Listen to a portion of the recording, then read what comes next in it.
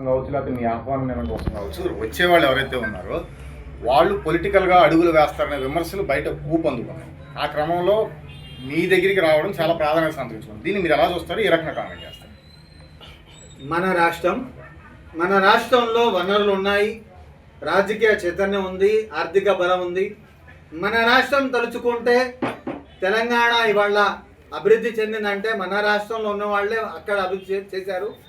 తమిళనాడు కానీ ఎక్కడెక్కడో వెళ్ళి ఇక్కడ వాళ్ళు వెళ్ళి అక్కడ అభివృద్ధి చేస్తున్నారు.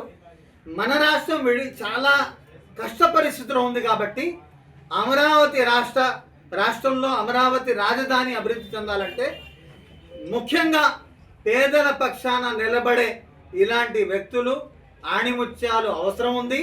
దీనికోసం అవసరమైతే హజరత్ సయ్యద్ షా బుఖారీ ఆస్థాన తరఫున రాబోయే రోజుల్లో అమరావతి రాజధాని కోసం 1,00,000 మందితో సూఫీ కాన్ఫరెన్స్, దేశవ్యాప్తంగా ఉన్న మత గురువులు, వాళ్ళు హిందువులైనా క్రిస్టియన్స్ అయినా వాళ్ళని కూడా వాళ్ళలో ఎవరైతే మత గురువులు ఉన్నారో వాళ్ళని కూడా తీసుకొచ్చి ఒకే వేదిక మీద కూర్చోబెట్టి ఒక బహిరంగంగా ప్రార్థనే కాదు, రాష్ట్ర వ్యాప్తంగా అవసరమైతే తిరిగి ఇలాంటి ఆనిముత్యాల కోసం తిరిగి క్యాబినెట్లో కూర్చోబెడతాం.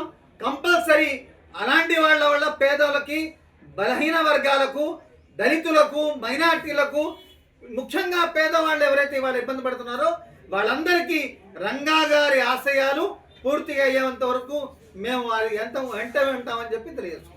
తటస్థంగా ఉన్న నాయకుడిని తీసుకొస్తున్నామని చెప్తున్నారు, అలాగే సేవా కార్యక్రమం అని చెప్పి అనౌన్స్మెంట్ ఇస్తున్నారు. కానీ మీ వేదికగా రాజకీయ నాయకుల పైన, అధికార పార్టీ పైన, ఎమ్మెల్యే పైన విమర్శలు వస్తూ ఉన్నాయి, అవినీతి ఆరోపణలు చేస్తా ఉన్నారు. అంటే దీని వేదికగా మంచుకోవడానికి కారణం ఏంటి? మీ దీంట్లో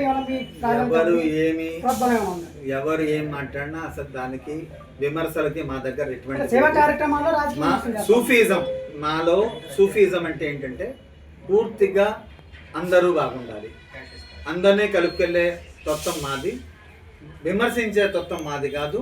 అది రాక్షసత్వం, అది కాదు మా భావ.